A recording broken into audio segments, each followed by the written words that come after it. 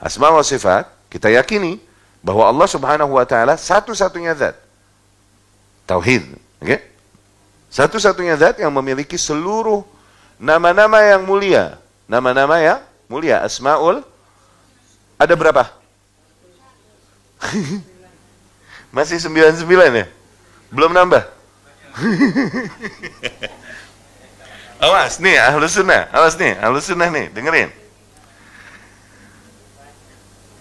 Allah Subhanahu wa taala memiliki nama yang begitu banyak. Berapa jumlahnya? Wallahu a'lam. Tuh.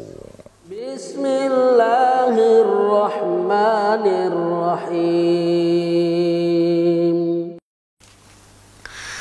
Tauhid sebagaimana kita ketahui adalah ifradullah, mengesahkan Allah Subhanahu wa taala. Oke? Baik dalam uluhiyahnya, di dalam sifat-sifatnya atau di dalam af'alnya, di dalam rububiyahnya dan di dalam af'alnya. Mengesahkan Allah Subhanahu wa taala, yakni menjadikan Allah Subhanahu wa taala dan meyakini Allah Subhanahu wa taala satu-satunya, menafikan yang lain. Itu an-nafi wal isbat. Okay? Menjadikan hanya Allah Subhanahu wa ta'ala satu-satunya zat. Itulah tauhid. Diambil dari kata wahada yuwahidu. Tauhid. Artinya mensatukan. Mensatukan. Ingat pernah Anda jelaskan? Kenapa nggak menyatukan? Menyatukan banyak, semuanya dikumpulkan, disatukan. Tuh. Tapi kalau mensatukan banyak, oke, dipilih satu, yang lain dinafikan. Nah, itu mensatukan. Bahasa ini mengesahkan, menunggalkan. Itu ifrad. Itu mana? Ifrad. Oke? Dalam perkara uluhiyah, rububiyah, dan asma was sifat. Uluhiyah adalah dalam penghambaan diri seorang hamba kepada Allah Subhanahu wa ta'ala. Dia nafikan zat-zat lain yang disembah. Oke? La ma'buda bihaqqin illallah. Tidak ada zat yang hak untuk disembah kecuali hanya Allah. Maknanya adalah semua zat-zat lain yang disembah oleh makhluk selain Allah itu batil. Hanya Allah yang hak untuk disembah. Itu tauhid uluhiyah. Dengan itu dia hanya meniatkan seluruh bentuk ibadahnya, sholatnya, puasanya, zakatnya, hajinya, oke, menyembelih dan lain-lain, semua bentuk ibadahnya hanya diniatkan lillahi ta'ala. Rububiyah, di mana seorang hamba meyakini Allah Subhanahu wa ta'ala lah satu-satunya zat, tidak ada yang lain yang bersekutu dengannya.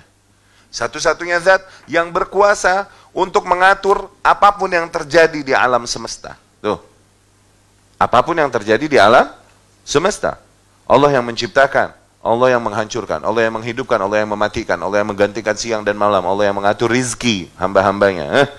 Semua itu Allah Subhanahu wa ta'ala telah mengaturnya, dan hanya Allah satu-satunya zat yang mampu melakukannya. Kita ketika meyakini bahwa Allah yang mampu melakukannya dan punya kuasa hal itu, maka kita mentauhidkan, tuh, menunggalkan Allah Subhanahu wa ta'ala di dalam rububiyah, di dalam kepengurusannya terhadap alam semesta.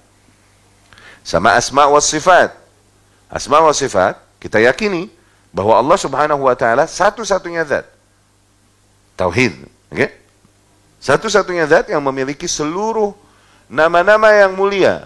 Nama-nama yang mulia. Asmaul. Ada berapa? Masih 99 ya? Belum nambah? Awas nih ahlus sunnah. Awas nih ahlus sunnah nih. Dengerin. Allah Subhanahu wa ta'ala memiliki nama yang begitu banyak. Berapa jumlahnya? Wallahu a'lam. Tuh. Yang 99 itu nama Allah nggak? Oke, itu nama Allah. Tapi apakah terbatas pada 99? Huset. Siapa bilang? Dari situ Rasul Shallallahu Alaihi Wasallam mengajarkan sebuah doa yang membawakan makna ini. Pernah dengar doa itu? Doa broken heart. Ya salam. Doa sakit, sedih, sakit hati. Zin? Doa kesedihan. Doa ham wal hazn. Zin? Allahumma inni as'aluka bikulli ismin huwa lak. Ya Allah, aku memohon kepadamu dengan semua nama yang kau miliki. Allamtahu ahadan min khalqik. Nama-nama atau nama-nama yang kau ajarkan kepada salah seorang di antara makhlukmu. Au anzaltahu fi kitabik, atau nama-nama yang kau turunkan di antara di dalam kitabmu. Au anzaltahu fi kitabik. Au 'allamtahu ahadan min khalqik, atau kau ajarkan kepada salah seorang di antara nabimu. Au ista'tharta bihi fi ilmil ghaibi 'indak, dan dengan nama-namamu yang kau sembunyikan di dalam ilmu gaib yang hanya kau yang memilikinya. Tuh, udah, gak kehitung, udah. Berarti berapa?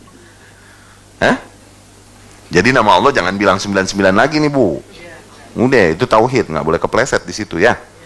Awas. 99 itu diyakini oleh Asy'ariyah, tuh, Maturidiyah pada 99.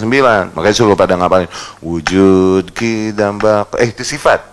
Lah, huwar rahmanur rahimul malikul qudusus salamul mu'minul. Jadi kita pesantren suruh ngapalin gituan. 99. Zen itu nama Allah, tapi apakah terbatas 99? Lah. Terus sifat ada berapa? 10, 20, nah itu Maturidiyah juga tuh. Syariah. Nggak boleh. Ahlussunnah banyak, udah. Ini kan sifatnya cuma wujud, qidam, baqa, mukhalafatu. Di Indonesia di sini diajarin nggak? Diajarin kan? Itu dari Maturidiyah itu. Syariah, begitu. Kita sifat banyak.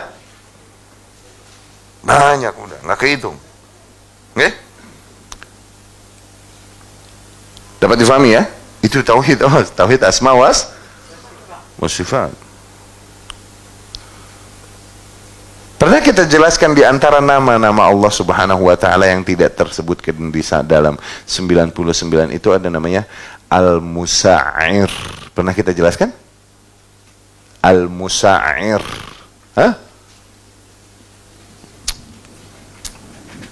Ada hadis indah sedikit, boleh? Anas cerita radhiyallahu anhu, syakauna ila Rasulullah sallallahu alaihi wasallam ghila al-as'ar. Suatu hari di Madinah kita mengeluh kepada Rasulullah sallallahu alaihi wasallam mahalnya harga-harga barang. Bu, tuh, ibu-ibu cabe pada mahal, beras, ya, tomat pada mahal nih. Mereka mengeluh kepada Rasul sallallahu alaihi wasallam dan mereka berkata kepada Rasul, "Ya Rasulullah, sa'ir lana." Ya Rasulullah, please tentukan harga di pasar untuk kita supaya nggak melambung tinggi begini. Oke? Maka Rasul pun menjawab sallallahu alaihi wasallam, "Innallaha huwal musa'ir." Tuh, sesungguhnya Allah lah zat yang maha menentukan harga yang beredar di pasar. Al-Qabid, Al-Basit. Allah zat yang maha menggenggam. Allah zat yang maha melapangkan. Tuh. Maknanya apa? Naik turunnya harga di pasar itu kuasa Allah, nggak bisa dijelaskan dengan kafir, non muslim, mau mencoba menjelaskan kenapa terjadi naik turunnya harga di pasar. Jawaban mereka paling bentok di mana? Ini tergantung supply dan demand. Tapi however, supply dan demand tetap membuat harga di pasar naik serempak. Sepasar tuh serempak. Vrk. Kalau supply dan demand, kalau ada yang masih punya supply banyak, harusnya harganya nggak naik. Tapi tetap naik turun barengan. Nggak kejawab dengan supply dan demand. Iya gak? Akhirnya para ahli ekonomi mereka berkata, nggak punya jawaban. Ini karena the invisible hand. Pernah dengar ini? The invisible hand yang membuat naik dan nggak tangan yang gaib yang nggak kelihatan. Kita bilang tauhid, this is the God's hand. Ini tangannya Allah. Dari mana dalilnya? Rasul sallallahu alaihi wasallam bilang, innallaha huwal musa'ir. Sesungguhnya Allah lah zat yang maha menentukan harga di pasar.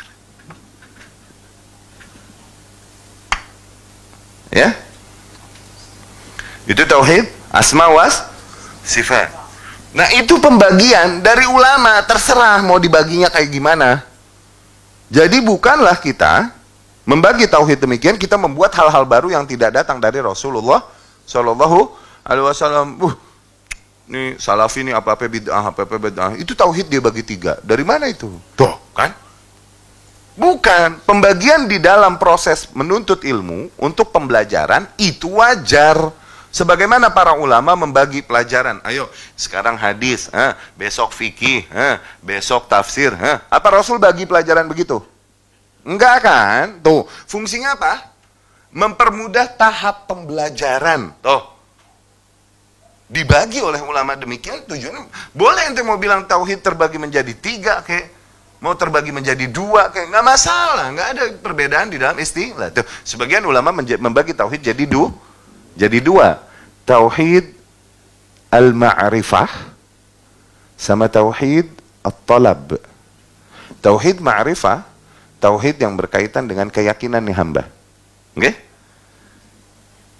Yani dia meyakini bahwa Allah Subhanahu wa taala zat yang Maha menciptakan dan lain-lain, dan Allah punya nama-nama dan sifat-sifat yang sempurna. Tuh, tauhid ma'rifah mencakup rububiyah dan asma sifat.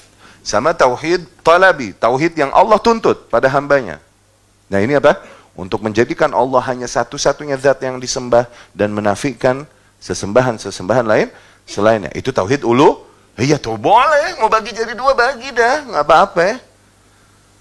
Bukan bid'ah baru yang dibuat buat, karena di antara syubhat nanti, syubhat sekitar tauhid, di mana para musuh sunnah mengatakan hal demikian, bahwasanya para ahlus sunnah membuat bid'ah di dalam tauhid dengan membagi tauhid ke dalam 3 bagian, sama seperti kerjaan kaum Nasrani memecah Tuhannya jadi 3, katanya begitu. No, ya, Tuhan apa? Bapa, Tuhan, Anak, sama Roh Kudus. Jibril alaihissalam, Roh Kudus. Ya, berarti difahami ya? Itu sekitar tauhid.